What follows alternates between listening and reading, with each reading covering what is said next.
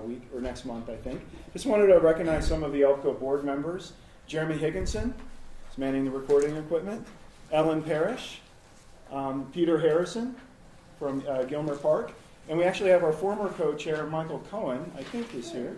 There, Michael, who's going to be one of our panelists today. So thank you guys for coming. We actually do have a board vacancy for East Emerson, which is a neighborhood basically from 13th South to 17th South, and from 13th East to 1000th East. So sort of the southeastern quadrant of ELPCO, up against 13th South and 17th, or 13th East and 17th South. Jason. Pardon? I'm going to say 10th East. Is it 10th East? Yeah. Okay. You're not from here. I'm That's sorry. what we call it, 10th East. 10th East. I'll, next time I go to It is Tueli, I'll 1,000, pronounce it right. Yeah. And, well, thank you guys all for coming. We do have a packed agenda, so I want to move through it real quickly. And first of all, we have an update from Michael Staler, who is an attorney in ELPCO area, about the mutual beauty supply litigation. And that, of course, is that building in 9th and 9th, that there was a plan to turn it into a pretty tall condo building. ELPCO actually went to court over the procedures of that. And let me turn it over to Michael to tell a little more. And we're still in court almost more than a year after it went before the Planning Commission for the initial review. I was here a couple months ago to report that the hearing for our appeal is scheduled to take place in Salt Lake District Court on the last Wednesday of May. That was not by our choice. That actually is because the developer's attorney was not available. So it's been pushed to that point. I've also extended offers to talk with them about trying to resolve this issue. Just so everyone knows, I represent ELPCO as well as some of the folks that live along the street that joined on so that the organization's views could be represented. The concern being that the conditional site design and building design plan or program was not followed, and specifically the city. Throughout my investigation, about a year, I could tell you there's a lot of things that were done wrong, including they didn't contact ELPCO, they contacted another community council who said, oh, it's great, go ahead, build it. And hence why there was a little bit of confusion.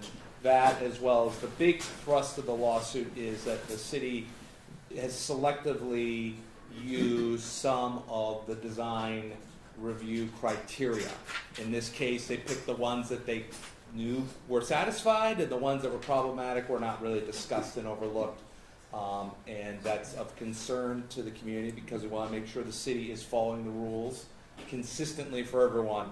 I could tell you in the last couple months, while this project has been in litigation, I had a resident call me from another part of town. The city was building a federal case literally against her because she changed the windows in her house. Oh. So things like that are concerning, and pretty much that's where it stands. This is before the district court, so it's not before the city anymore, and it's Judge Heather Brereton. It is, I'll leave my card if people have any questions about it. And hopefully I can have some good news to report to you, but it is a complicated case with a lot of technical things that were thrown in, including something called standing, which is the right for a party to sue. There's also the rules, again, in the city are not very clear, so there's some questions about if we have to put certain things in the record beforehand. So those are all going to be hashed out. It's going to be a very interesting hearing, and it is open to the public. It's over at the district courthouse, which is right over near the Grand America. So any questions, because I know Jason said that folks had questions, and I can do my best to try to answer. And it's free. Nothing personal, though. Yeah. After the hearing, what was the next step? So that's a good, there are a lot of complicated issues. What essentially happened was both sides have moved to say, Judge, you can make a decision, rule in our favor. So the city joined in. The developer really is the one that's been driving the lawsuit and filed a 110-page brief, which made my life very fun for a while. But I also moved on behalf of us to say, we're in a position, Judge, where you should rule for us, and here's why. In terms of timing, she's either going to issue a ruling that day, which is possible because of the amount of time that they've had to look this over. But state court judges don't have a lot of clerks, nor do they have a lot of resources. With a case with this many issues, it's also, I think, probably more likely she'll say it will be taken under advisement. We filed our suit in July, and the question asked to me was, do you think that it will go 90 days? To which I said, I think it will go 90 days, and here we are almost a year. So she will either issue a decision from the bench, or it could be within, it's supposed to be within 60 days of the hearing. So this summer. And then could there be an appeal process after that? There could be an appeal to the Court of Appeals, right. It would go up to the Supreme Court first, and then it can kick it back to what's called the Court of Appeals. But yes, there could be an appeals process. And that's all state courts, right? This is all in state court, right, yeah. Would it likely be all or nothing? Is that how it works? Like she either agrees with us or them, and that's, yeah. Right, yeah. It would either be, the options are that the decision's left alone, which the way the law also is drafted, the state law generally is drafted, is you don't want to have courts reversing things unless they're clearly wrong. But we've tried to put that case forward, and we've put forward all the things that were missed, raised all the arguments we did before at the appeals level down here that were not addressed at all. So she'll have to look at that. But it pretty much could be either affirmed, where they can proceed after 30 days, or it could be sent back down with direction as to what they need to do, or it could be just reversed period and just stopped. So, I mean, those are pretty much the options. Yeah? What do you think's going to happen? Well, from handling cases like this, judges tend to be a little conservative. She's a new judge too, so she's going to want to make sure that she gets the decision right. I think, and this is a question that's been asked of me, if a judge is looking at this cynically, they've got 6 motions before them. They're going to want to try to find the easiest way out, like the U.S. Supreme Court. That's what people say. They notice that, so they dodge the tricky issues. Then again, we've raised some pretty specific concerns about how the process, as it's laid out, was not followed, and it's pretty clear it wasn't followed in our view. And we think that getting through all the procedural hurdles to that point, she should be able to rule in her favor is what we would hope. So I guess the cynical side of me would say she might try to find a way to dismiss it on technicality without reaching the underlying issue. This is also the second judge that we had. The first judge that we had was a judge that actually was in the property ombudsman's office before she was put on the bench. She had the case for about a month before she actually opened it up, read what the issue was, and realized that she had a conflict of interest because in her prior position she advised on property rights issues. So, but this would certainly not be the first case that the court has gone against Salt Lake City because of administrative issues.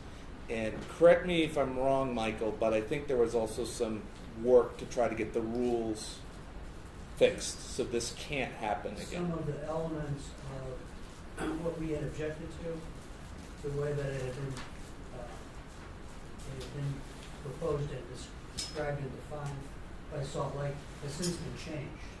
Right. In part due to Because of this and because of our lady back in the corner. because of our city council member who is we concerned got about some of this. the fastest response on new legislation or adjusted, renovated legislation. Right. So there's been some fairly positive results as a result Right. of our pressing decision. Right. So in terms of the merits, I would hope that the judge would take the case seriously and see that there are issues that would have to be addressed and send it back. But then again, the cynical side, when they have this much in resources and this many cases, they try to find ways to get around that. But I put forward the best arguments to say, look, we've addressed all the threshold issues to get to the main concern that we have. Anything else? Okay. Thank you, Michael. Thanks, Jason. You definitely gained an appreciation of how the judicial process works through this case as well. So appreciate your efforts. Wanted to recognize a council member for District 5, Aaron Mendenhall, who's here, which is referenced in that case. Thanks for coming. And now can we turn it over to the firefighters from Station 5, or as my son likes to call it, his fire station on North South. He's a little, possessive. Good evening. Like you said, we're Station 5. We're just up here at 10th East and 9th South. We're happy to be here. There's a community newsletter that's submitted on slcfire.com. Are you familiar with that website? Or have you been told about the website? It's a great resource for it. First of all, there's a community newsletter that's published once a month you can look up. But also, any information you wanted to know as far as fireworks season is coming up, what are going to be the boundaries, or what are the restrictions? If you have a question concerning building codes, or say you want to learn CPR, a great resource for you to utilize. Also, if you want to talk to a person, phone number is 799-FIRE, kind of easy to remember. There's a phone tree there. You can get in touch with people that you can speak with there. But really quick, just wanted to talk a quick safety thing. We have, doesn't look like we're going to have a tremendous snow melt with a lot of fast-moving waters, but yet it's still always a concern for us, okay? Streams are going to be flowing higher now than they will be throughout the rest of the year. Keep your dogs on a leash, be careful of your kids. If you have, so first of all, keep a problem from happening. But should there be a problem, there's a few things that you can do to help us out. First of all, call 911 as soon as you can, okay? Have somebody, preferably you or somebody that's with you, keep an eye on the person, and have somebody at the location that we're dispatched to, have somebody there, a waiver, because this is going to be a moving incident, potentially moving downstream. So wherever we're dispatched to, have somebody there that we can go to first and talk to that person and kind of see what's going on. Okay, 1 foot of water, 1 foot deep that's flowing is capable of moving a vehicle. So therefore, very easily can move us very, very easily. So and don't get in the water. Okay, we have a water rescue team. Fortunately, these streams are fairly small. Call us and let us help you out. Another quick thing I wanted to say, just there's a lot of information here. I'm not going to go over everything with you, of course. We do have a recruit school that's currently going on, hiring or training new firefighters.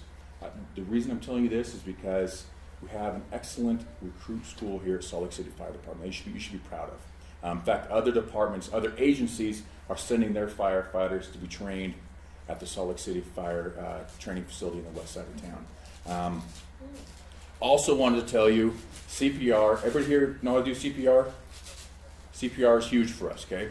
Of course, it takes us, somebody has a heart attack, they need CPR, we cannot initiate CPR initially. The quicker that you or anybody else can initiate the CPR, the better. And Salt Lake City, we have a great medical control doctor who is cutting edge, super sharp dude. He has been, we've been called a pit crew approach. I know sometimes we show up on scene, it appears that there are so many people on scene. If you've ever called 911 and there's 2 ambulance people, there's all these fire people, and you think, what a waste of resources. That there's a reason for it. When seconds count, it is absolutely critical that we get there. For example, 2009, a witnessed full arrest with a shockable initial rhythm, there was a 32% chance of survival.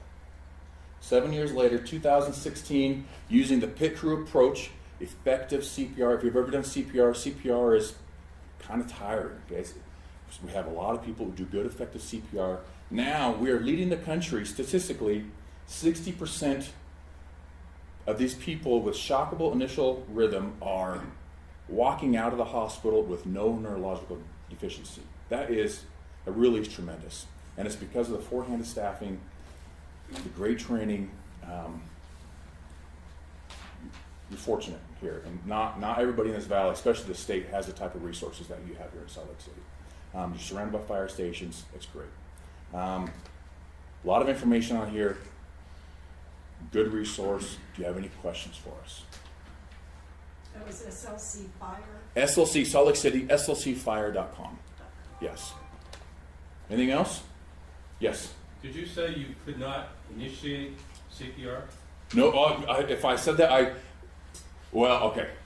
If a bystander initiates CPR while we're being summoned, that is much better. So please do CPR.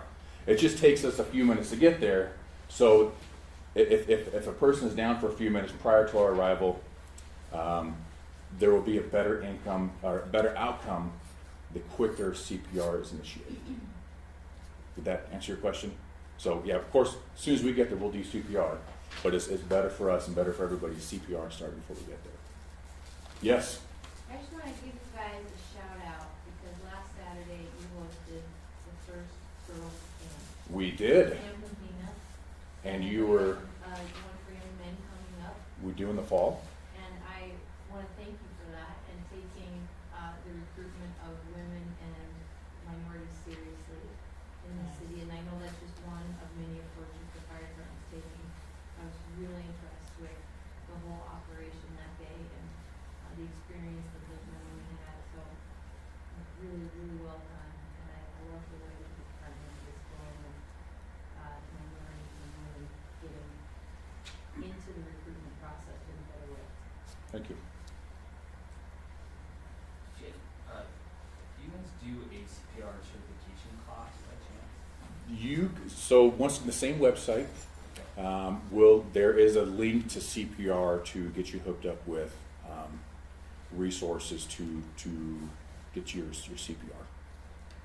I know this isn't the CPR class. That's fine. Real quick review on the compression and breaths. Last I heard it had changed a couple of years ago. It was like, is it 30 to 1 or something like that? What is the current American Heart Association? 30 to 2? So 30 chest compressions and 2 breaths. Okay, now really the best thing is the chest compressions are the most critical things, okay? A lot of times there's a big pause while you're trying to get breaths. When you're doing the chest compressions, you're pumping the heart. Try to keep that pump going because the longer that heart stays idle, the longer it takes to get it pumping and flowing blood again. So if it's a one-man CPR, I've heard at times no breaths, is that what they're sticking with?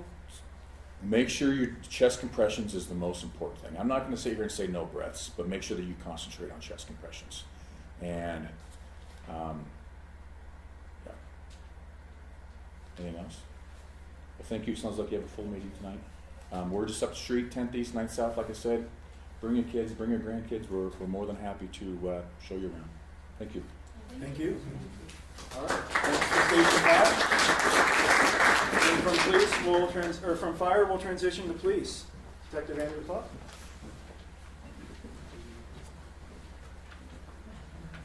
All right, thank you. I know there's a hot topic tonight, but real quick, I just wanted to tell you what we're doing just this last month and some of the trends that we're seeing in your area. I talked a little bit last month about vehicle car prowls being pretty big in your area, and it continued all throughout the month of April. Because of that, the police department put together 2 operations where we did just car prowl interdiction throughout both the East Liberty Park area as well as the Liberty Wells area. Our operations started at State Street and went all the way up to 1300 East, and then from right around 1300 South to 2100 South. In that time, we stopped, I believe it was 18 different people that we call street checked. We identified. Multiple arrests were made, 5 people arrested with felony theft history, and they were all taken to jail. Our bike units have been out and about. They've been helping us out a lot in your area especially. And I don't know if any of you noticed, have you seen them rolling around Liberty Park at all? A little bit. We now have an East Side dedicated bike squad, 5 officers and 1 sergeant who will be strictly East Side. Their only job is to be in the parks and in the neighborhoods. They're starting May 1st, but you've seen them here, I'm sure. Just last week, they found a $10,000 bike that was stolen and was able to arrest that person and recover the bike for the owner. So they're doing pretty good work out here. Since we've arrested the main suspect that I identified for the police department doing all the car prowls, he's been in jail for about a week and a half. We've had 0 car prowls in his area. So we'd like to keep him there. And what led to him was actually a call from one of the neighbors. So any information that you guys have, suspicious activity that you're seeing, please send it to me or to any of our officers through our dispatch. It will get to me, and it will lead to us stopping the crime in your area. Because we can't be everywhere. We have to go from call to call to call. So any information you guys have is huge as far as stopping that crime. So that's what we've been seeing as far as trends go. Since all those arrests have been made, crime has been going down, especially with the car prowls. We are seeing a rise in vehicle thefts, actual cars being stolen, but that's more on the west side and the Glendale area now. So we'll be focusing on that to try and bring those down as well. Are there any questions on that? Yes, sir.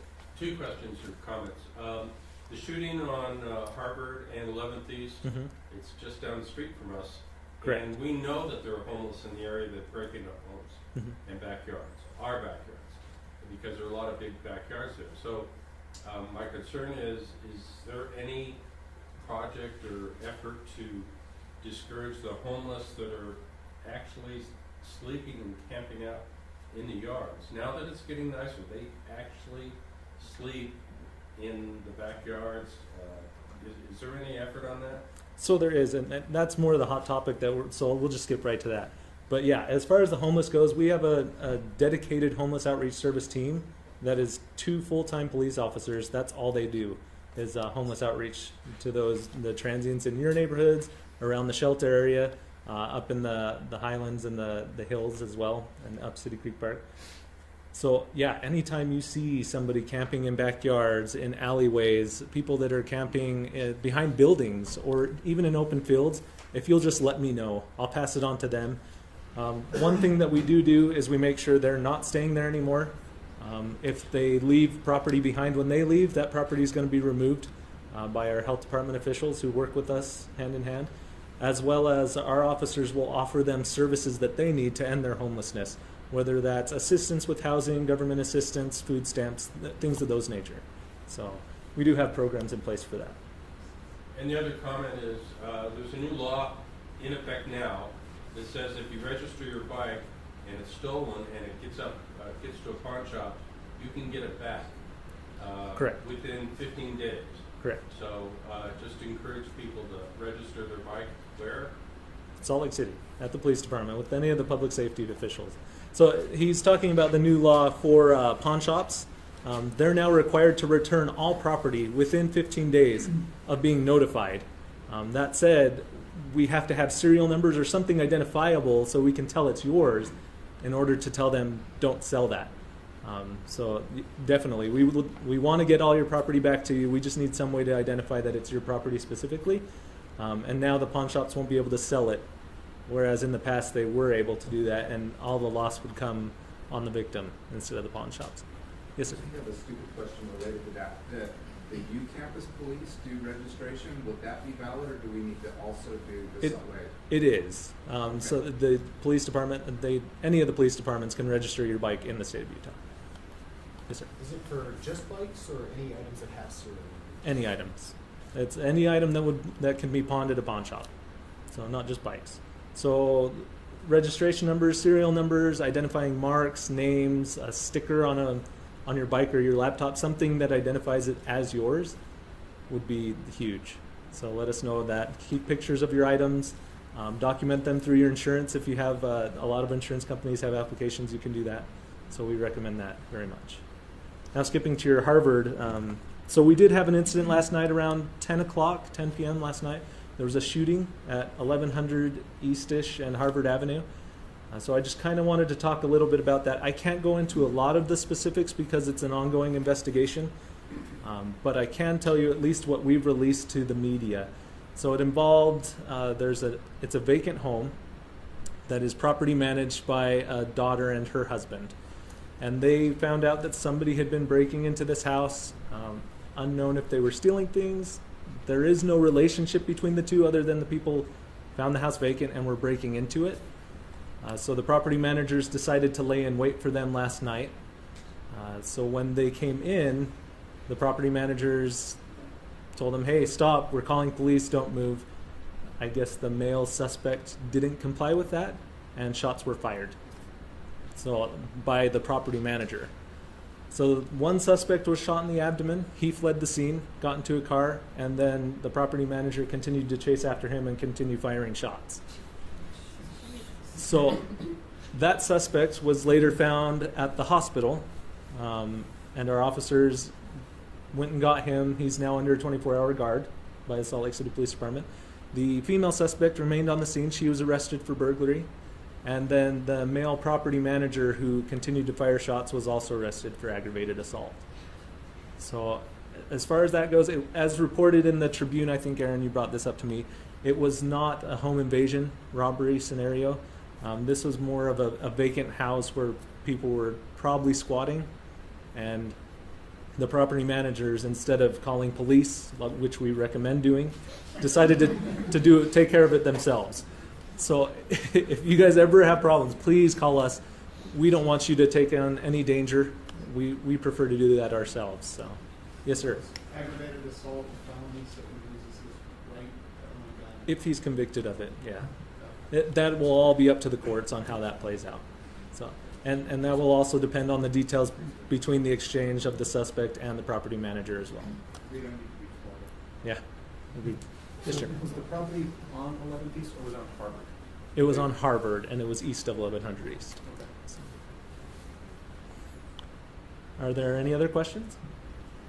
Yes, ma'am. General question. Sure. Do you guys have like a phone alert system here where I move from, you could register your phone number at the police station, and if they had certain neighborhoods that were having car break-ins or something, they would send out, a phone message saying, to make sure you're aware of that. So the police department doesn't. We do work through the Nextdoor program. So nextdoor.com, which is just a group forum for any of the neighborhoods, and you can get on any neighborhood as long as you're registered and you live within there. A lot of the information will go out through the neighborhoods. Police do not monitor that. We're not allowed to because of the privacy acts that are involved. So if you do have issues that you would like police to be aware of, just connect us to that different thread, whatever the issue is. If it's vehicle car prowls you're seeing and you want us to know, please just send it to me, CIU District 5. As long as you connect me, then I can monitor that thread. So, we also do have a text tip line at Salt Lake City and our non-emergency dispatch number, which is just 799-3000. So you can always contact those as well, and they'll document who you are and the phone number that's attached to that. I mean, the police would initiate phone calls going out to alert. There is some sort of reverse Other system like that. There is, but it's only in specific instances like Amber Alerts when we have missing children, things of a critical nature that are really time sensitive. So. Any other general issues? All right. Well, thank you very much. We'll keep working at it.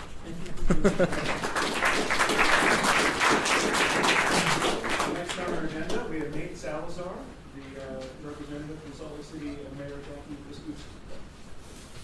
I know you have another meeting already today, right? Oh, yeah. We have lots of meetings. Just kidding.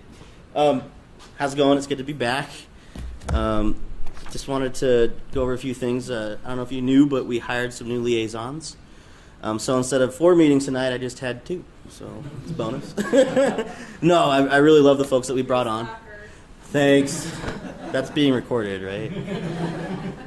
Okay. But anyway, I wanted to tell you a little bit about some of the folks that we hired. If you haven't had the chance to meet them yet, we hired Hildegard Koenig. She goes by Hildy.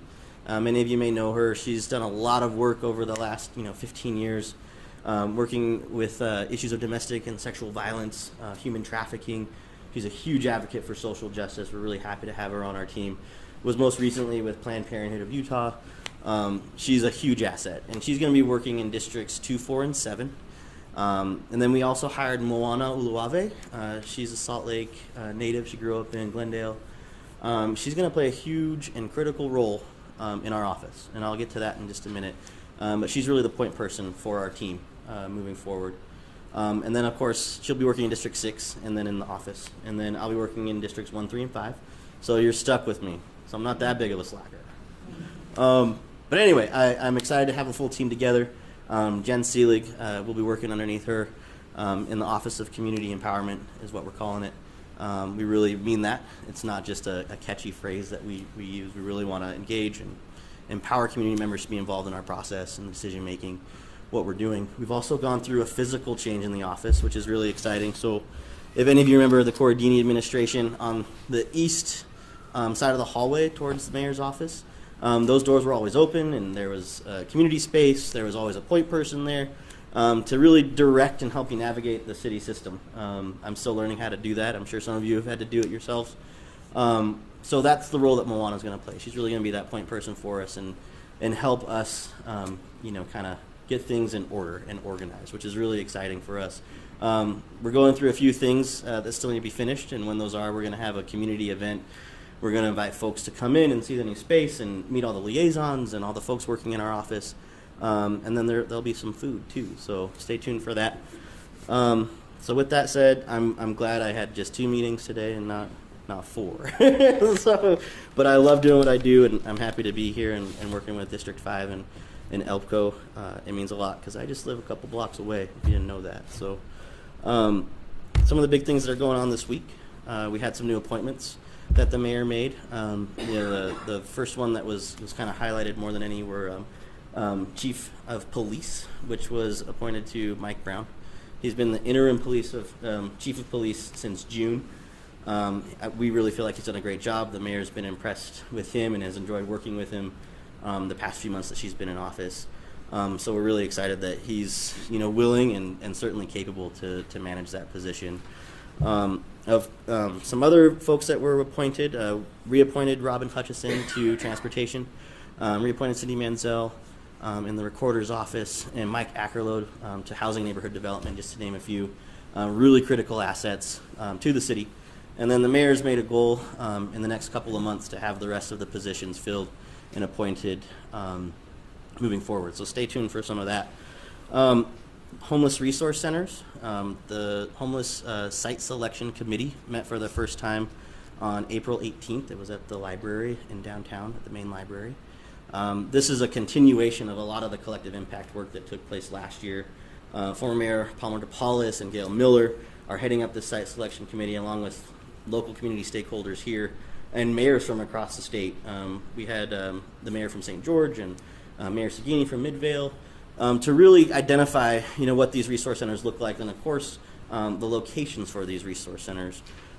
This is all a part of the big ask in the legislature that Mayor Biskupski and Mayor McAdams were really pushing for this year, is an ask of $27 million.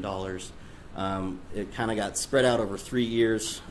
This first year we got 9.2 or so million dollars to really start working on things like these resource centers and site selections. One of the immediate things that we were able to do in coordination with the council and Midvale, the city of Midvale, is open the Midvale shelter year-round to families. That's huge, right? We've only been able to have Midvale open to families just during the winter months. So we're moving folks, families, kids out of the Rio Grande neighborhood and the shelter area there. That was a priority for a lot of people. As far as the resource centers go, they're really looking at a resource center for single men and single women. We really want to divide the populations up to provide the specific resources and kind of triage support that folks need. It's really, really critical that we do that, right? Because the needs of each population are so different, and we have to provide the specific care and resources that those folks need to ideally, move out of homelessness and into some sustainable opportunities, which is something that we're really committed to. The mayor's really pushing for a cap of these resource centers at 250 spaces. This is the best practice that a lot of folks are suggesting that we're seeing around the country. And it has a much of a less impact on the communities and neighborhoods where they're located. So stay tuned for that. There's going to be 5 community meetings in the first 2 weeks of June that all of you all will be invited to, and hopefully that you can participate in. We're not sure of the dates or where those are going to be, but I'll have more information about that. I know an elementary school, a senior center, perhaps one of the facilities in and around the Rio Grande neighborhood right now where services are offered are some of the things that are on the table right now for where those meetings will take place. So stay tuned for that. With that said, are there any questions about things that are going on in the city? George, I knew it. What's up? I hope that you take the point and make sure that the community councils are notified about all the projects that could be in our area, including homeless or halfway houses or SROs. Okay. The city had a problem with notifying our community councils, as you know. Yeah. And it'd be really nice to have you make sure that planning tells our community councils what's going on. Certainly. And you also mentioned, hopefully we'll be able to participate in the homeless site selection. We better participate. Oh, yeah. Because they're already meeting and nobody knows about it. And I know there's a meeting in May. Right. But nobody's going to probably know about it. Yeah, for So sure. I encourage the administration to make sure everybody knows well ahead of time, because it took a while to find out when it was going to be last. Yeah, and we're sorry about that. Definitely sorry about that. You know, and we're still waiting on some replies for the May meeting, and I'll get that meeting information out to everybody here and through the Community Council Network. Council Member Mendenhall. My understanding is that these are not actually public input meetings. These are meetings of the stakeholders that could be open for the public to listen in on, but it's not a collection of public input gathering at these stakeholder meetings. Is that right? So it's my understanding that there's a stakeholder meeting, just like the site selection committee meeting that met first, and then the 5 meetings that I've been talking about. It's my understanding that those are, public input opportunities. And if you're not able to attend one of those meetings, there's going to be an online survey that folks can also take. So hopefully we should chat more though. Okay. Yeah. I think those meetings are on the Salt Lake County's website, and the steering committee that's required to our coalition as well, because they're all on that panel. Okay. So there's lots of resources for meetings, but a little hard to navigate. But as far as site locations, everything more to the west of the city. No. The mayor mentioned 2 on this side. All right. Salt Lake City will get 2. Okay. Well, that's what. Please. Please, Aaron. I think it's a mistake for us to say that we should all be deciding where those sites are, and because all that is going to do is not create the best product for the people, because what we need to do is decide as a community what those criteria are that are going to make the best site for the people we're serving, such as access to transportation, food, schools, work, all of these things that make for a quality environment that are criteria. Right. And then we as a community should be talking about how we want that site to interface with the rest of the community. And I don't ever want us as neighborhoods to be saying, no, not in my neighborhood, put it on the west side. Or have the west side have to say, we're sick of having every rural house and every other service center over here. I don't ever want this discussion to go there. Got it. So let's be careful about saying we all should be participating in the site selection, because what we should be participating in What's is the criteria? creation and how we want those sites to interface. And the critical part is that this is apples and oranges. And we don't, what we have downtown at Rio Grande is, let's say that's apples, and we are building oranges in the future.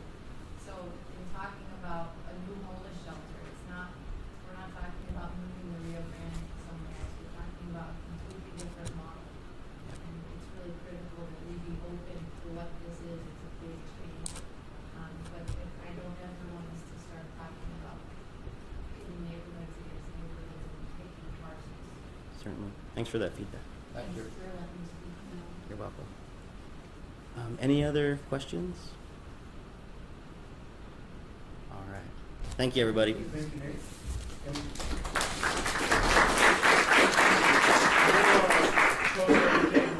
Nate sends us on our Facebook page, and then also our website's getting a little bit of a redesign right now, so it's down. But certainly Facebook and then through nextdoor.com is one major way to get communicated. The next part of our presentation, we have some folks talking about a green program that is here in Salt Lake City. It's the Elevate Buildings program. We have Ashley Miller and Wendy Lee. Ashley, you are from Breathe, Utah, is that right? Yes, I am. And Wendy from the city, right? Yeah. Great, okay. I'll get this powered up. Okay, like Jason said, my name is Wendy Lee. I'm from the Division of Sustainability at Salt Lake City. I know we're running kind of late, so we'll try to get through this quickly. We work on everything from recycling to food to air quality and renewables. And today I'm here to talk to you about air quality and how it ties to commercial buildings, so large commercial buildings in Salt Lake.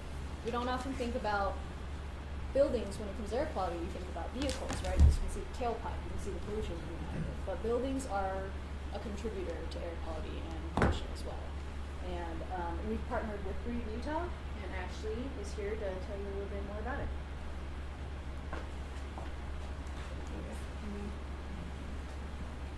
Oh, does this work Can you see? Oh, for it didn't. everybody? No, we got That's it now. running out of battery, all sorts of fun stuff going on.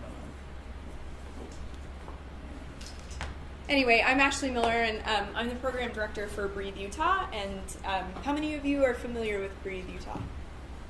Awesome. Good to see. I see some familiar faces in the group tonight, which is really nice. For those of you who aren't familiar with Breathe Utah, we're just a local nonprofit air quality advocacy group. And we've partnered up with the city to do some community outreach and education on how our buildings and homes, but we're focused on buildings with this discussion tonight, but how buildings, our existing stock of buildings in Salt Lake City, contribute to our air pollution. And hopefully we'll have our slide. There we go. There we go. All right. Because it wouldn't be as good without our slideshow for you. All right, so what's happening? Well, I think that everyone in the room can agree that we have an air quality problem here in Utah. If you can't, you're about to learn about it. So when we think about our air pollution, the most recent episodes have been that really terrible inversion period this past February. If you guys were here for that, it was very long. We really had about 10 days to 2 weeks of just really terrible air with just little breaks here and there. The American Lung Association puts out their State of the Air report every April, and the latest one was just released last week. And so it was released in 2015, but we're talking about wait, did I say that right? It was released in 2016, but they're talking about 2015. And again, we don't really ever score above the grade of F. That's because, and this is talking about our particulate matter pollution, which is our wintertime air pollution. And the reason why we get a score of F is, as you can see, we have 12 red days, 44 orange days. We can't ever get below that or above that grade of F. And a lot of things get blamed for pollution. Like Wendy mentioned, when you think about pollution, you always immediately think vehicles and industry. But homes and buildings represent about 39% of our air pollution in the wintertime. And as you can see, what's happening between now and 2050 is that number is increasing to about 63%, surpassing vehicle emissions, which are dropping pretty dramatically. So we really need to address what's happening with our buildings, which leads to how do our buildings pollute. Most of what we're talking about is burning natural gas from things like water heaters and boilers. And when you think about our existing stock of buildings, large commercial buildings downtown, think about your home's water heater and how small it is. And then think about these great big buildings. So this is the impact that we're talking about.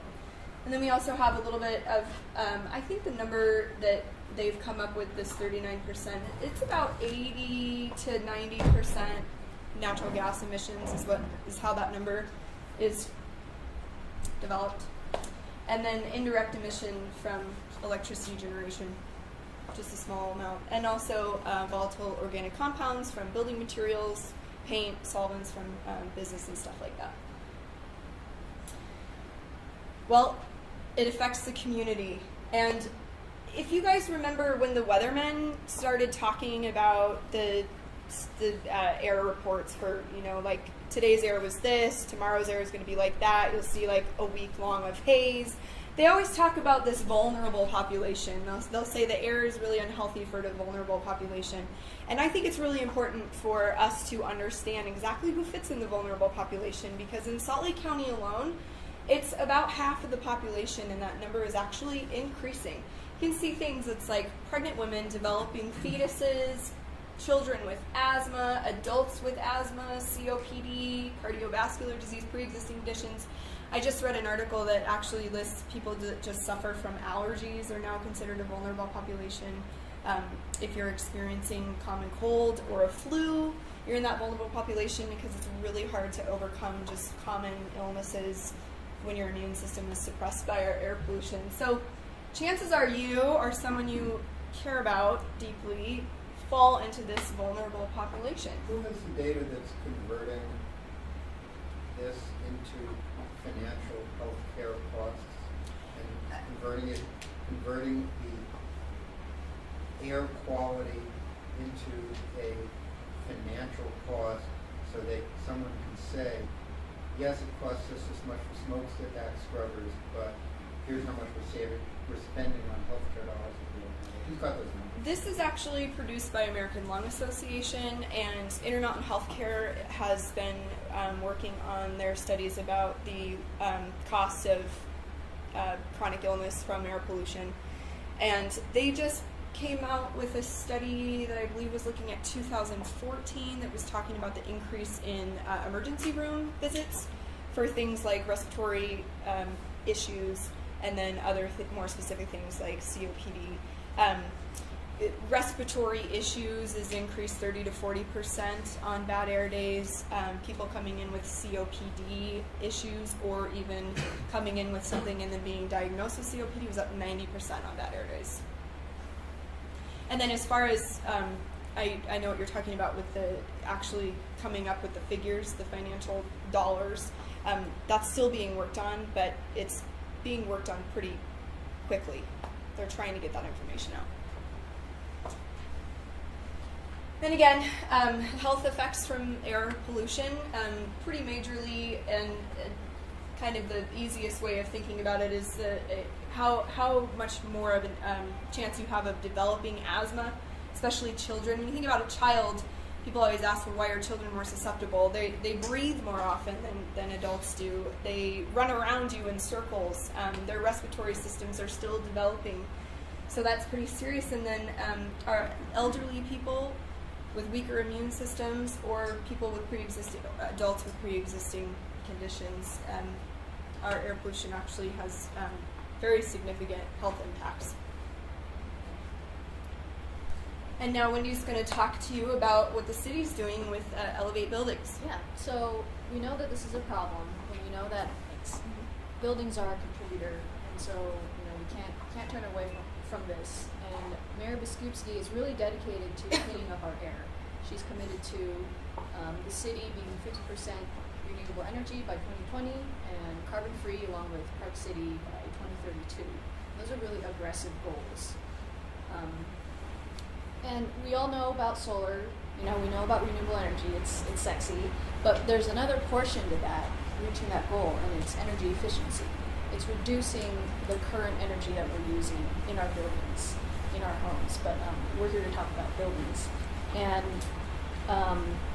to give you kind of a picture of what this could look like, if all of our buildings, large buildings in Salt Lake City, were to enact best practices for energy efficiency, this would be like taking 32,000 cars off the road, period. So it would be like half of the households of Salt Lake City being like, okay, I'm going to give up a car. So that's a significant number. So we can't discount energy efficiency and how much that can play into cleaning up our air. To kind of get you into that mindset, I kind of did a flow chart here. So if we do energy efficiency in buildings, we're essentially using less energy, right? Less energy means less pollution because you're not burning as much, and that leads to cleaner air. So what are some of these best practices? Well, the city's buildings have enacted a lot of these already. We're doing upgrades, we're measuring our energy, and now we're looking at ways that the entire city, so all of the buildings, the big buildings that you see downtown and across Salt Lake City, can kind of start implementing these best practices. And I know it's a lot here, and I'm just going to talk about a couple of them. One of them is an Energy Star rating. And so we all know that cars have MPG rating, right? And that kind of gives you an idea of how much of a polluter that car is. Well, buildings have a similar rating through the Department of Energy. This is a free software that any building owner can go online and register their building and put in the numbers, and you can get a rating. And it shows essentially the MPG of that building compared to other buildings. So that's one way that we can start looking at energy efficiency, because you don't know what to save until you start measuring it. Another thing that we could do is called building tune-ups. So your car needs to, change its oil, rotate its tires sometimes. Well, buildings are the same thing. Their mechanical equipment gets old, the building can go through a tune-up and essentially save a lot of energy that way. So how can you help? How is this related to you at all, right? We're talking about big commercial buildings, like the big high-rises that you see, big 100,000 square foot buildings. Well, it affects you because it affects your air quality. And here at the city, we want to reach out to the community members, educate them about this issue, and kind of get your feedback. So Open City Hall is now live. We have a live topic on there, and we put together a survey question where you can read about benchmarking, about all the different things all the little different bubbles here. We have a little description about it, and then we ask you what you think about it, how you think the city can help best implement these best practices. And each question has maybe 5 or 6 different answers to choose from. So really encourage you to go online and give us your input. The address is slcgov.com/opencityhall, or you can just Google Salt Lake City Open City Hall, and it'll be the first thing that comes up. Any questions? So back when I lived in Ohio, its first energy was required to do energy audits on every building in the state. The square footage, the age of the building, something that's publicly listed. So there's no sneaking around that has to happen with that information. You can then do regression analysis on the building to spread out how much of that energy is being used for lighting, for heat, or mechanicals, for a variety of things that occur in the building. And we have to know what the occupant structure of that building is it's through the fire and also police station. Be able to compare it against the Energy Star data points for that subset of buildings. Why can't we first recommend how it would be the same thing and relieve our buildings, our owners of these buildings, this extra thing to go through and figure out what the building size is, rather than getting it from the company, right? And when the city gets to see that data, it says this building's in the bottom 10%. Because we don't need to focus on the top 90% of the building, pretty good job. Yeah. It's like focusing on the truck named Tron that drives through Salt Lake. That's the Dodge 3500 Julie. That's Jack Duckworth. He produces more pollution today than that car has a year. Yeah. Salt Lake City works very closely with Rocky Mountain Power, and Rocky Mountain Power has a lot of balls to juggle, and we really try to help our city increase its renewable energy as well as get good data, but it's not as easy as switching on a button and getting that data. So we're really trying to work with stakeholders and individual building owners to help them start enacting these practices themselves, because it's good business sense, but it's not common practice right now. It is, I agree, but if we can take 2 hours per building out of cost, then how about 132,000 each building? Well, one thing that Rocky Mountain Power has done is they've automated their utility bill for commercial buildings that will just automatically upload the information into a program called Portfolio Manager, which is a benchmarking tool. So that was a huge step forward. Questar Gas is almost there.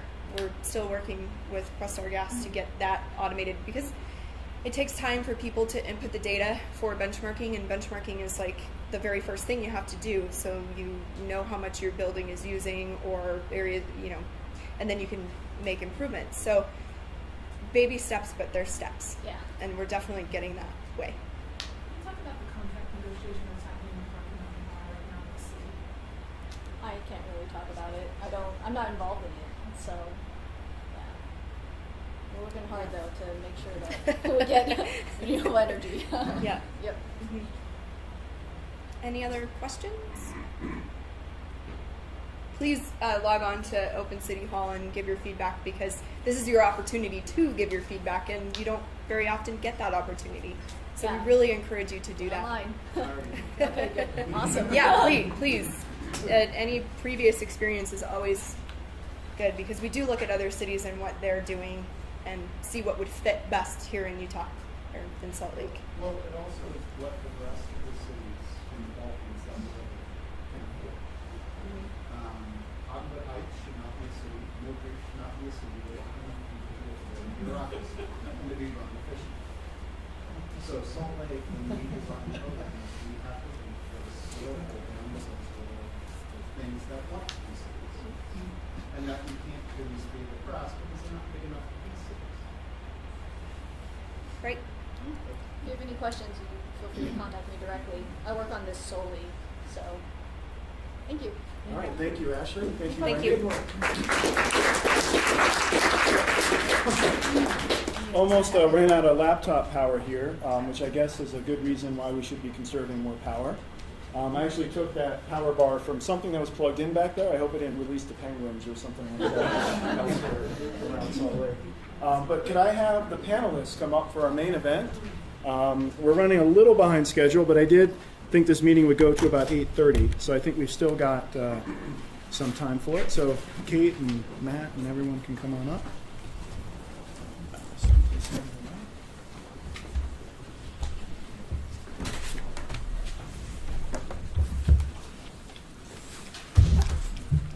So we put together a panel about residential solar, because you have to be blind if you're driving around Salt Lake and you don't see all those panels for the solar companies, or I've heard about maybe a bill that was in front of the legislature just a couple months ago, or even some of the federal tax incentives, which were extended at the very last minute last year.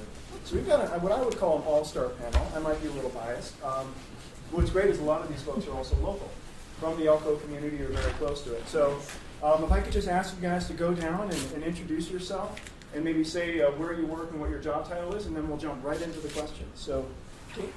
My name is Kate Bowman, and I'm the Solar Project Coordinator for Utah Clean Energy. We're a local nonprofit based up in the Avenues, and we do policy and regulatory work related to solar energy, and then also outreach and education to make sure that people who are interested in learning about solar know how to get answers to their questions. And I'm a former resident of the neighborhood, and I've since moved about a block and a half too far east to be included in the area, but still in the neighborhood.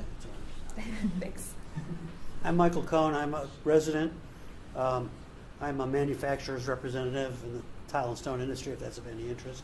But mostly I am a recent solar analyzer and purchaser. We had solar put on late last fall. My name is Deb Henry. I went to school for civil and environmental engineering. I am a design engineer at Hunt Electric, focusing on structural engineering. We are mainly a commercial design company. We're an electrical contractor that has a solar division, so we have a very technical component of what we do, and we do industrial scale solar as well.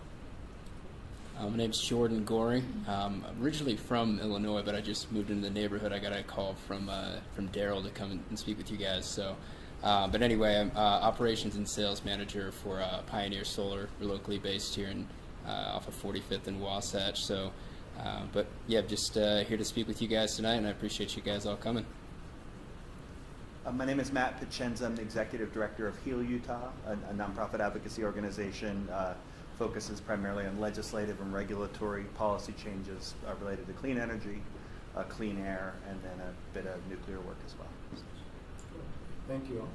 So we'll jump right into the questions. Matt, the first one would be for you, if that's all right. It's all right. SB 115 was a bill that passed out of the legislature pretty much in the last hour of the last day of the last night of the legislature. And a lot of people felt that this was actually going to be harmful for solar, but it's a little more nuanced than that. Could you describe what impact that bill might have on solar incentives and projects in Utah? Yeah, it's to talk about this big sprawling bill would take the whole half hour, so I'm going to do just that. No, I'm not going to do that. But it is a big sprawling legislative package with all kinds of far-reaching implications that touch upon all kinds of stuff.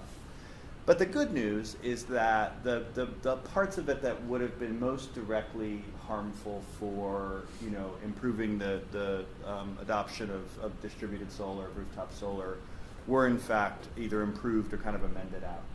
And Utah Clean Energy and HEAL and some other folks fought hard for that. And it's super technical, and I think I probably won't get into it, but it essentially would have changed the way in which the Public Service Commission, the state-appointed regulatory board, would have considered various kinds of fees and rate structures that affect how net metering, the part where you push and pull power out of the grid, is governed. That process for figuring out those fees is moving forward. And to be perfectly honest, I think it probably won't go super well. The PSC is not a particularly friendly body. They're kind of closely tied to the utility. Literally, I think 2 of the 3 commissioners used to work for them, something like that. Mm-hmm. So generally, they're fairly deferential and fairly friendly to the utility. So we're likely to come out of that process after, within the next year to 2 years, with unfortunately some fees and quite possibly some unfavorable policies. But SB 115 itself could have been much worse. I should mention one more thing, that it did do one particularly bad thing, was it did end the lottery program, which Kate would know a lot more about than I would, but there's a solar incentive program that the utility has had where people may know this, you apply for a lottery, you get a certain subsidy. It's ending that 1 year early. Now, whether it would have continued past that date or not is open to question. Whether it could return in another form is also open to question. But a 5-year program became a 4-year program because of something in step. So not a great bill, lots of implications, but there are certain people that have tried to paint it as like a death knell for rooftop solar, and I don't think people should have that attitude. Solar's growing, it's getting cheaper, it's getting more popular, and it should be, and step was a mess, but if you're interested in solar, stay interested, Kate, is there anything you would add to SB 115? And actually, could you also maybe describe a little bit about the current fees that have been applied for net metering and things like that? Sure. I think, Matt covered it well. It's a big, sweeping, broad piece of legislation. At certain points in the session, as it went through different revisions, there were some portions of it that would have had really bad implications for rooftop solar. And I think, that got a lot of press, so that's something that people have remembered, but those were fortunately removed before it was passed. It did cancel the solar incentive program, which allowed you to apply to receive an incentive from the utility through a lottery. It was something that had been proven to be cost effective, so we'd shown before the Public Service Commission that for every $1 we spent on that program, we were getting more than $1 in benefits overall to the utility system as a whole. It was canceled a year early. It was extremely competitive. Only 1 in 10 people who applied even got the incentive. And fortunately, solar has gotten much, much cheaper since that incentive began. So the cost has fallen about 75% since 2006. You haven't seen cost declines like that in pretty much any other market. So it's really very significant. There is still a federal incentive for installing solar, which is 30% of the cost of the system, and that was actually extended by Congress late in 2015. So that'll be available through 2019 when it starts to step down. And there's a state incentive of 25% capped at $2,000, and that doesn't currently have an expiration. There was a bill introduced this session to set an expiration date for that incentive, and the legislator who introduced it decided to withhold the bill and study the issue further. So as it stands right now, there's currently no expiration date for the state incentive. So that's something that folks can take advantage of.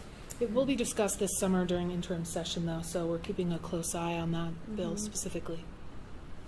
Kate, are there certain fees that go on net metering right now that people who have rooftop solar are required to pay back to Rocky Mountain Power? Sure. Or am I imagining that? No, so net metering, for anyone who's not familiar with it, that's the policy where if you have solar on your roof and you're producing energy, you're not at home to use it, and you're actually sending it out to the grid where it's probably used by your neighbor or the next neighbor down the line. Net metering is the policy that gives you credit. So for every kilowatt hour you send out to the grid, you get a credit for 1 kilowatt hour. That's sort of an IOU you get to use, sometime later when your solar installation's sun's not shining, or when you come home at night and you're using electricity. So that's called net metering, and it's sort of like rollover minutes where those credits can roll over from month to month for about a year, and you can take advantage of them. And there's currently no cost for net metering here in Utah. Rocky Mountain Power did propose a monthly fee for solar customers a few years ago.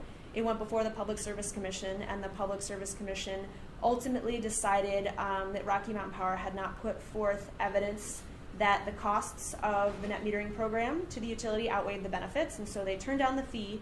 But the Public Service Commission did begin a process to actually do a cost-benefit analysis of rooftop solar and the net metering program in Utah. So that's ongoing. It's sort of hard to believe it's actually been ongoing for a year and a half and will be continuing. And the next step will likely take place in the fall when Rocky Mountain Power will file what's known as a general rate case. Rocky Mountain Power makes changes to pretty much everybody's electricity prices most years, and it's usually pretty small. A lot of people don't notice it, but they do have to go before the Public Service Commission and request those changes and show why they're justified. And so changes to how solar customers are billed would be addressed within that larger context of what's called a rate case. So it's something that's likely to begin happening in the fall. If you follow Utah Clean Energy and are on our newsletter, or I'm sure HEALS as well, you'll definitely hear about that and how you can get involved, and what's going on and the latest. One thing that I think is sometimes people think is a fee associated with net metering is something that is known as the customer charge. So if you put solar panels on your rooftop and you produce enough energy to, over the course of a year to offset all of your consumption at your own home. So you're producing exactly as much as you're using.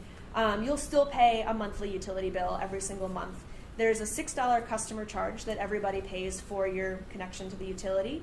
And then there's what's called an $8 minimum bill. So even if, say you were to leave for a month, go on vacation, didn't use a single kilowatt hour of electricity at your home, you cannot pay Rocky Mountain Power less than $8. And then when you add taxes, it comes to about $9 and change. So even if you're producing, enough clean energy to offset your whole bill, you will still be paying about a $9 monthly fee each month. And that's not anything specific to solar customers, but that's just sort of a part of how everybody's charged for electricity. Thanks. A $9 electricity bill sounds pretty good. It is. It's not bad. Deb, a question for you. This is the season of projects. We're all kind of getting our garages cleaned up. What is the benefit of solar compared to things like xeriscaping or putting in rain barrels or doing other things around your house to be more energy efficient? What is maybe good about solar in relation to some of those as we consider those projects? Well, one thing about solar is that the cost of utility energy is increasing at about 7 to 10% over the last 5 years. Every year it's increasing. So when you think about like compounding interest, it's sort of the same thing with your power bills. If you have solar on your house and you're saving that money, you're going to be saving that money for a long time. Usually you can pay off the solar array on your house in anywhere from 4 to 7 years, in that range, sometimes 10. But the solar lasts for up to 40 years. The solar panels have a 25-year warranty. Most of them, a lot of them are looking at 30-year warranties now. So solar panels are definitely just completely a financial benefit to you. I mean, there's definitely an environmental benefit, which I love to talk about, but it's also completely pro your bank account. So solar's ready to go. I just want everyone in here to know that. Before I went through the program at Salt Lake Community College, which is an energy management program, and getting trained and actually licensed to design solar, I didn't realize how ready to go it is, and it's really exciting to see what a big dent it can make in our community and our air quality. But as far as xeriscaping and things like that, we just put 612 solar panels on Mark Miller Toyota here in downtown Salt Lake. And they had started with a program where they were recycling water in their car wash, and they got in trouble because you're not allowed to do that. The water has to continue flowing downstream, and they were the reason why the legislature changed the ability to capture rainwater. So now the reason why we're all able to capture rainwater is as a result of Mark Miller Toyota really fighting that, and they sort of got addicted to being environmentally friendly, which I think is something that happens when you start doing these things and you really see the compounding benefit of them. As you see, like, oh, if I add a little insulation, my my bill goes down. If I add a little bit of solar, oh, if I get a more efficient car, and you just sort of start looking for ways to save money and make your life more efficient, more simple. So, Jordan, question. A lot of people do net metering where they actually pump the electricity back into the grid. But what about installing battery packs? What about charging your electric car? What about other ways to kind of use that solar energy within your house as opposed to just sending it back into the line? So that's a great question, by the way, and it's a big concern in Utah just because everyone's very conscious of alert and make sure that everything goes out. Not even just the net metering, but if the grid goes out, people want to have that backup and be prepared. But and aside from that, I'm all about the idea. But the batteries, if you guys have looked into the Tesla battery, that's kind of the new wave for residential and really commercial. Us personally at Pioneer, we haven't done a whole lot of installs really outside of a few commercial properties and a few rural areas, kind of like in Park City, that Heber area. That people can request it, and they do have the money to afford it. It is very expensive. To give you guys an idea, for 8 kilowatt hours, which is not much storage at all. So if the grid went down, we use probably anywhere from, I'd say an average consumer uses about 25 kilowatt hours a day. In the summertime, it can get all the way up to 50 or 60. So 8 kilowatt hours just with the battery bank is going to be running anywhere from $4,000 to $5,000. So we break it down to consumers. I have had people that are very, like, I need to get off the grid, and here's why. And, their stories go a long way, but I tell them, she mentioned a 25-year warranty and sometimes 30-year warranty on the panels. The battery backups only give you maybe a 7 to 10-year run, and 15 at the most is kind of what we've seen. And again, the storage is very limited. The best thing you could just do is maybe move your house a little closer to the grid. That's probably still cheaper than getting a battery backup for your whole house. So that's just building another one. But we don't see it a lot, and there's a lot of major components that are going to come in play with the battery backup as well. And unfortunately, to my knowledge, I don't know if you can actually install on a microinverted system, which is using microinverters rather than string. And unfortunately, string is a less productive system in Utah especially. Maybe not so much in Arizona, California, and Hawaii, where they don't get shading or any snow. But overall, it's I love the concept. I love being able to just be off the grid. It's definitely in the future. They did a solar panel, just a huge, much like this, but in Vegas last year in the summertime, and not one item was for a new efficient solar panel or anything like that, or inverters. Those are all where they need to be at, much like she said, solar is ready to go with that aspect. It's the most renewable, but it's just not the most sustainable right now. So they all just gathered around and said, what's the next move for us to get the batteries in place?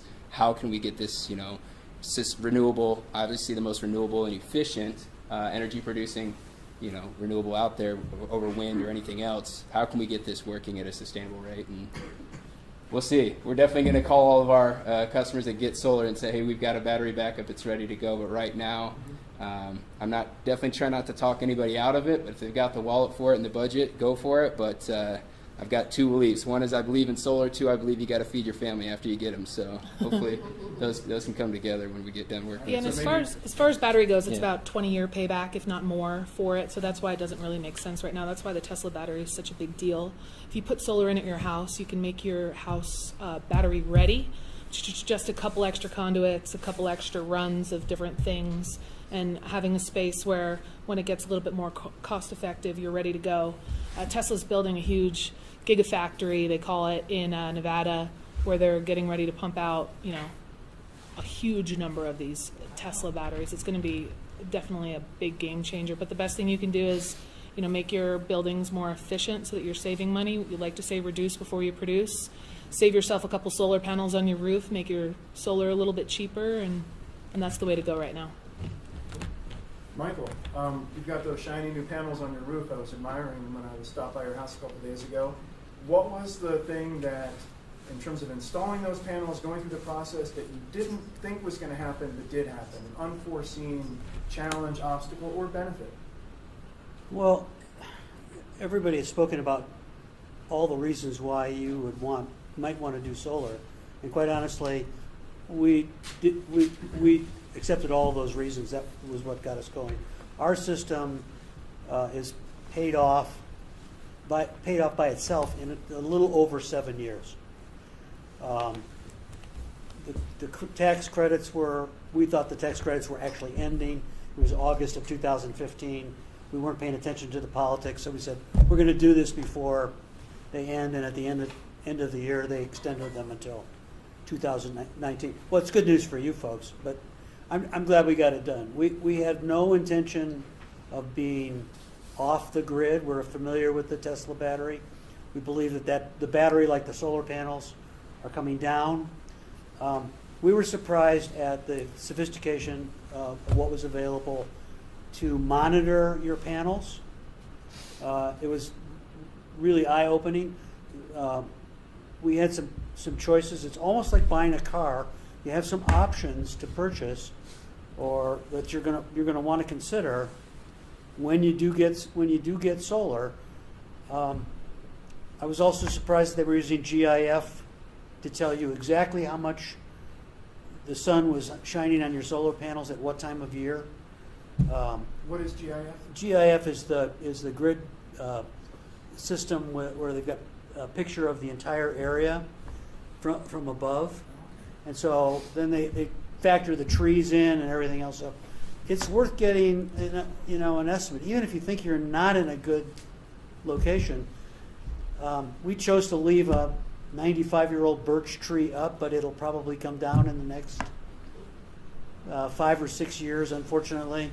We'll replace it with something, but it won't be in the way of the solar panels that we're going to add to that side of the roof once it's that big tree is not blocking those panels. So I guess an answer to the question is that I was really astonished at the monitoring capabilities, the relatively speaking low cost to have monitoring. We have an online app. We can see which panels, as can the provider, which panels are working, which panels are not, what's doing right, what's not. In fact, the manufacturer, the company that sold them to us, called us up and said, we're coming over to fix one of your panels. It's not working right. Who is that company? I'm happy to say, but there's other people here. But How did you go through the process of picking a vendor? We went just like contractor and everything else. We got 3 bids. We listened to their story as a company, because remember, they're just basically consolidators of all the equipment that are going into your house and on your house, and listen to their stories about what worked and what didn't, and ask for and got written bids. Related question, is there a site that has compiled information about the different vendors that are around and where we can kind of evaluate this? Because we're right in the middle of this process. I can speak to that.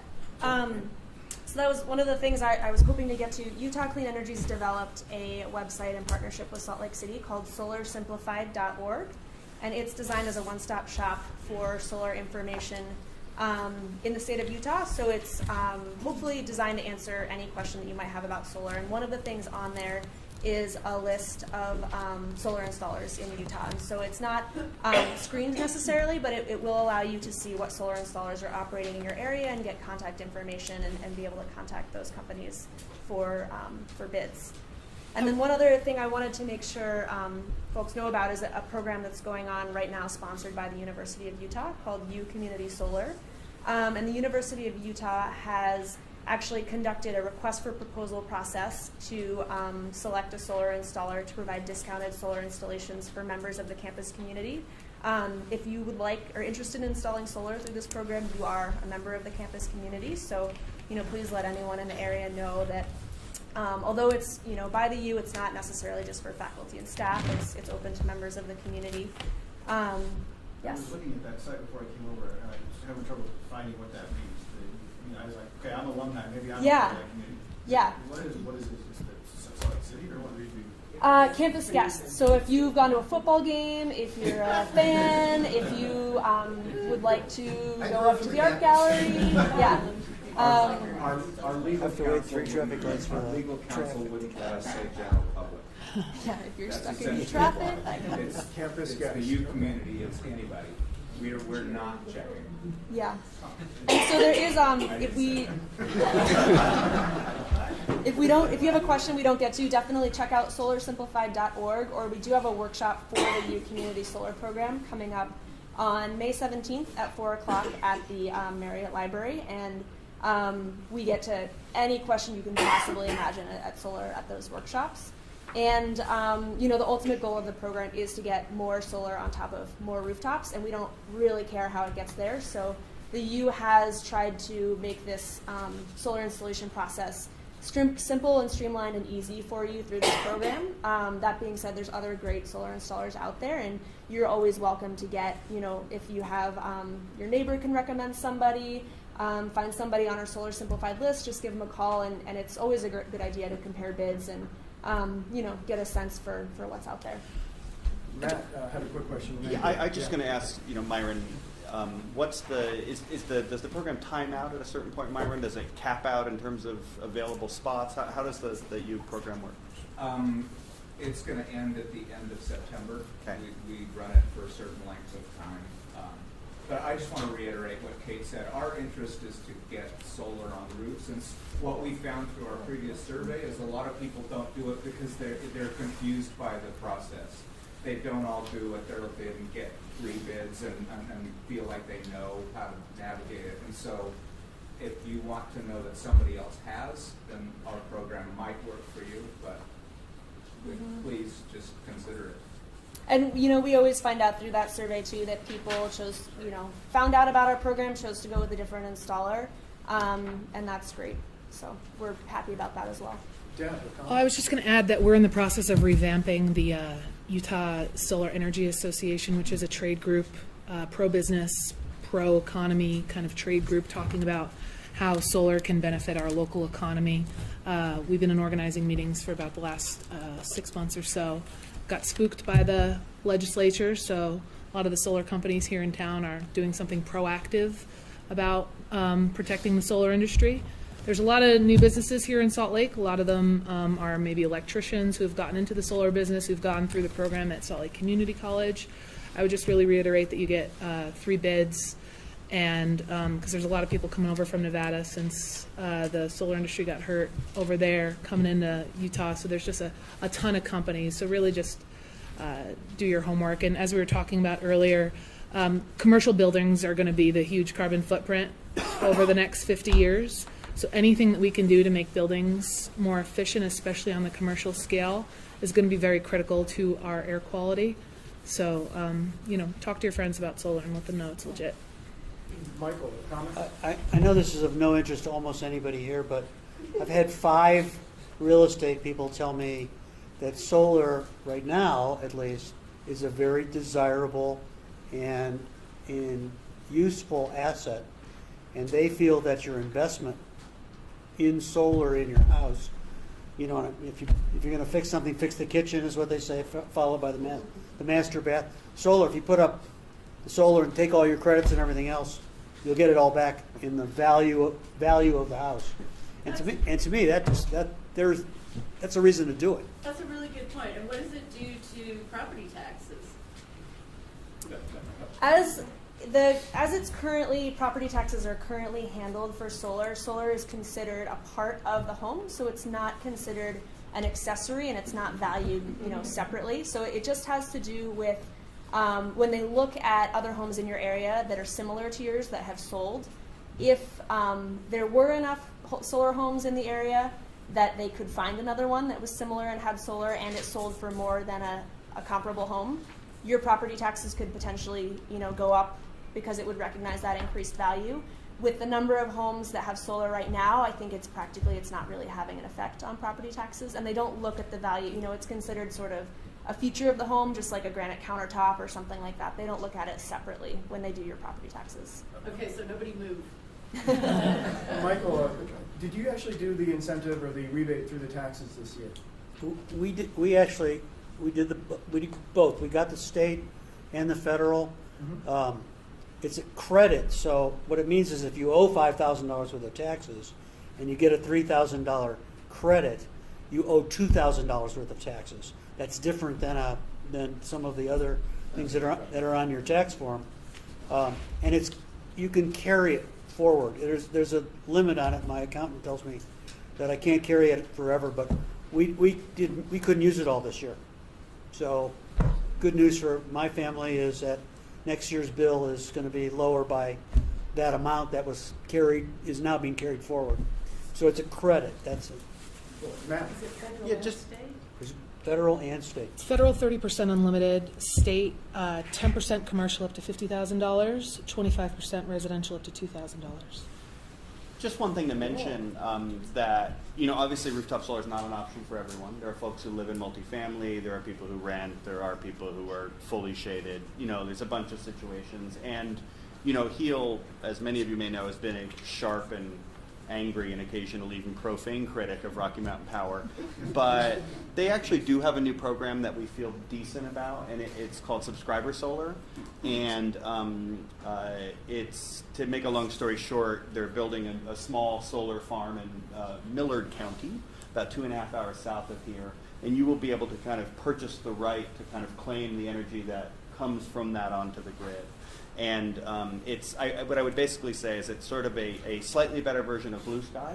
Blue Sky is not a bad program, but it's one with a fairly limited impact if you care about kind of really bringing more clean energy on the grid. Subscriber Solar is another step in the right direction. I do think the best possible thing would be to get your own rooftop solar, and hopefully we can push Rocky Mountain Power to do even better than Subscriber Solar.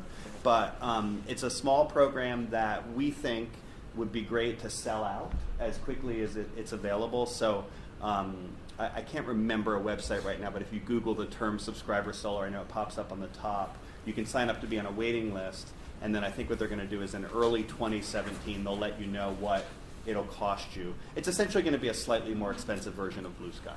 So if Blue Sky right now, you can buy those blocks, I think for $1.95 each, $2.95 each, something like that. This will be a slightly more expensive version of that, but it has a more true impact of bringing clean energy onto the grid. And from our perspective, the most powerful part of it might be if it'll sell out quickly, because it's relatively small, it sends a message to the utility and to officials that Utahs do want this stuff. Like every poll shows it, people want it, we're demanding it, the utility has tended to drag its feet, and here's a concrete way for you to show them that you're into it. What was explained to me a while back last fall, wasn't there a component where you were actually locking in your rate?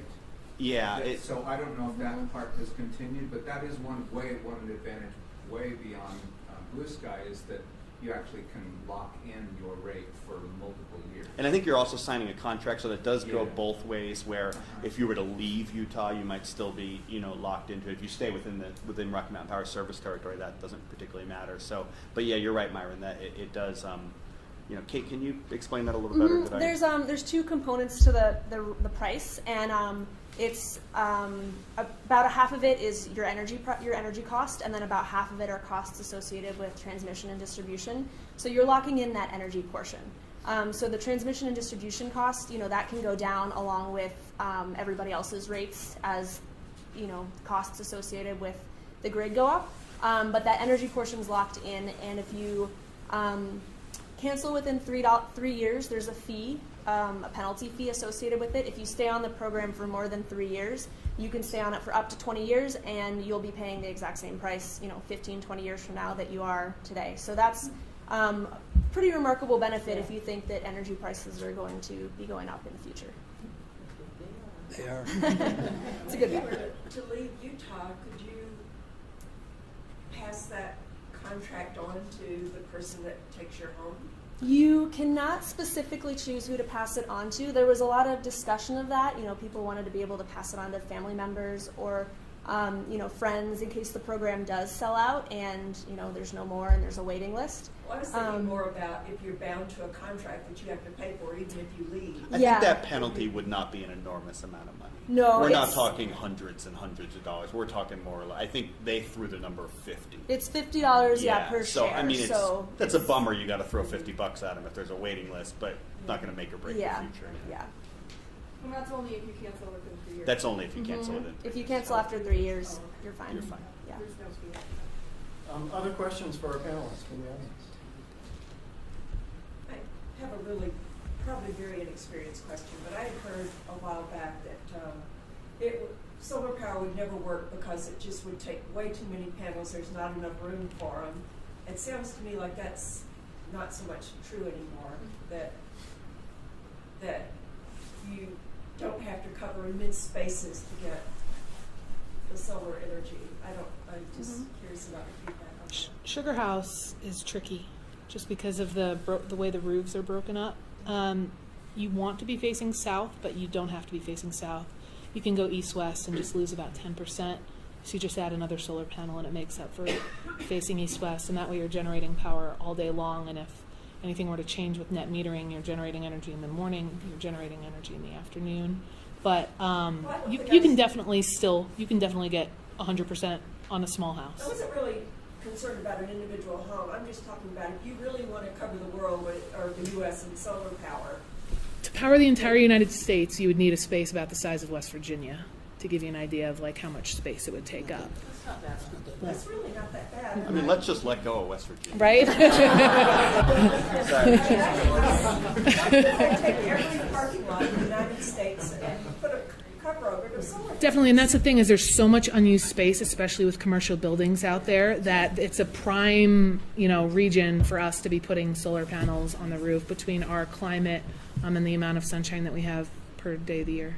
And I would say got most some solar parking structures in their garage, so that's another really good option. Is every open parking lot could have covered parking stalls with solar panels. Yeah, we're seeing on it. canopies go crazy right now all over California and Utah, because places like R.C. Willey are like, why do I have all this unused space? I can't fit it all on my roof. Let me put up a couple canopies and make that parking lot make money for me. And if you project to, the idea of trying to have as close to 100% clean energy future as possible, it's important to remember that wind is a huge part of that.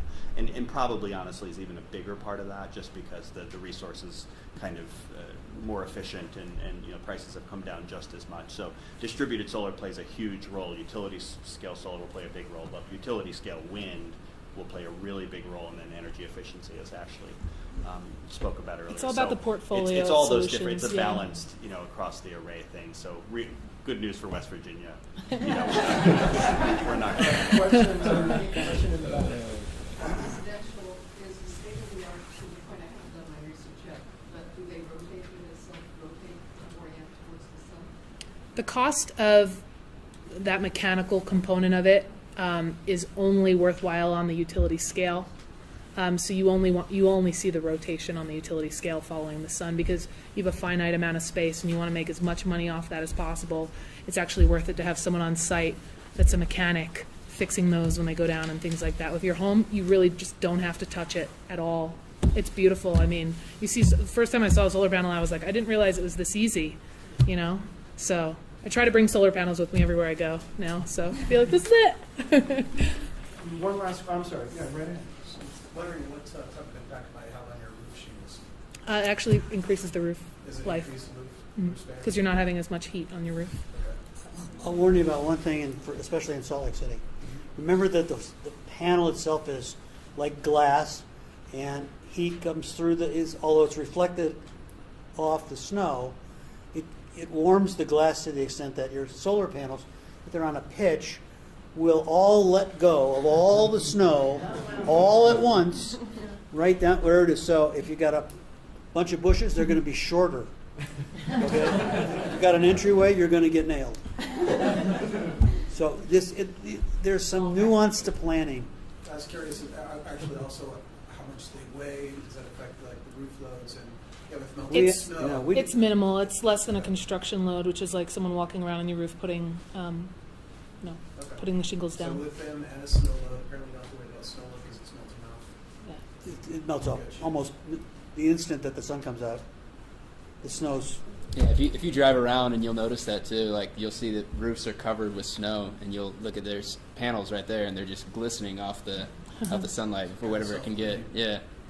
We just started looking at this and had one bid, and we have a 104-year-old house. The roof structure is a question. You need to make sure that it can hold the weight of the panels, because we found out that we need to do some structural work on the roof before we consider putting the panels on, so that it holds enough, so that it's sound. At least that's what the first bid said. So. Not surprisingly, the two of the companies that we talked to had engineers that came out and assessed whether or not we needed to do anything on our roof. So all of these things are, if you have the question, make a list of your questions and just start getting bids. I mean, Yeah, solar's only about 3 or 4 pounds per square foot. it's not really nothing. And if you need to work on the structural integrity of your roof, you can assess that, and it will get the 30% incentive as well as the state, because it's part of the system. You obviously need a roof. For the most part, people don't usually do ground mount, so the federal government is aware that not all roofs are going to be have structural integrity. You're going to need to replace that. So if you get a bid, you can actually add that on to the total cost of the system as well. And if you have a creative accountant, you can get your roof included as well. That's right. And we are told that a portion of your roof that's getting solar on it, Yep. if you have the roof replaced, will be covered at 30% discount or tax